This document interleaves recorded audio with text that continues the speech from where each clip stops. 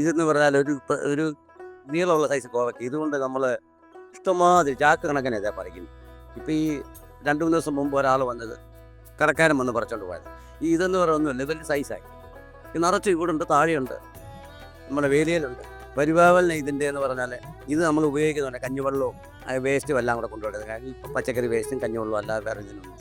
ഇത് ഒരു 5-6 വർഷമായ കോവല. ഇതിന് അതിൻ്റെ താഴത്തെ തണ്ട് ഈ കനമുണ്ട്. ഇത് ഇവിടെ മേലെ വരുമ്പോൾ ഞാൻ കട്ട് ചെയ്യും, പിന്നെ അത് എത്ത് കളിക്കും. ഇതിൻ്റെ സീസൺ കഴിഞ്ഞാൽ ഇവിടെ നിന്ന് കണ്ടിക്കും, എന്നിട്ട് പുതിയ കിളിപ്പ് വെച്ചിരിക്കും. ഇതൊരു തണലും ഉണ്ട്, നമ്മുടെ താഴത്തെ റൂമിൽ ഇതുള്ളതുകൊണ്ട്. ഇതും ബെഡ്മാവാണ്. ഇത് അണ്ടി കുറവാണ്, പക്ഷെ നല്ല മധുരമുണ്ട്, നിറച്ചുണ്ടോ. ഇതെല്ലാം കുറച്ച് നമ്മുടെ പേപ്പറിനകത്ത് ഇട്ടിക്കഴിഞ്ഞാൽ നല്ല മധുരം. പേര് എനിക്ക് എത്ര ഓർമ്മ.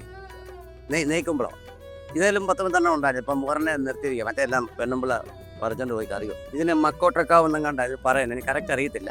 പക്ഷേ ഇതൊരു ചുമപ്പ് 5-6 ഉണ്ടായിരുന്നു.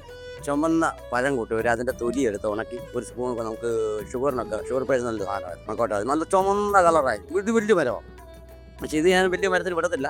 ഞാൻ മേലെ വെച്ച് ഇതിനെ കട്ട് ചെയ്യും. ഇതെല്ലാം തണ്ടുണ്ട്, ഇതെല്ലാം പൂവാണ്. ഇതെല്ലാം ഇവിടെ 2-3 അത് പോയി.